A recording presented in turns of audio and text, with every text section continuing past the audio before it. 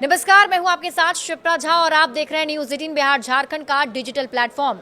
Israel ने मंगलवार को कतर की राजधानी दोहा में ताबड़तोड़ हवाई हमले किए थे। तो जब हमला हुआ उस वक्त हमास नेता अमेरिका के युद्ध विराम प्रस्ताव पर आपस में चर्चा कर रहे थे। इस हमले के बाद सवाल उठ रहा है कि इजराइल का हमास पर अगला निशाना कहाँ हो सकता है। इजरायली मीडिया में इस बात की चर्चा है कि इजराइल का अगला टारगेट तुर्की हो सकता है।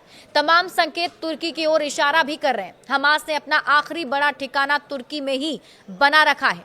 हमास नेताओं को लंबे समय से कतर ने शरण दे रखी थी। हमास के शीर्ष नेता सालों से इस्तांबुल में बैठे हैं। यहीं से पैसों की हेराफेरी और आतंकी हमलों की प्लानिंग तक होती है।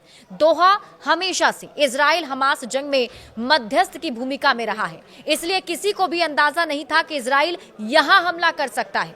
लेकिन हालिया हमले ने साफ कर दिया है कि इजराइल अब किसी भी जगह हमास को चैन से रहने नहीं देगा। खबरें तो यहां तक हैं कि इस कार्रवाई में वॉशिंगटन की चुप सहमति भी शामिल थी। यानी अब हमास को अंतर्राष्ट्रीय राजनीति की सुरक्षा छतरी मिलने की संभावना बेहद कम है।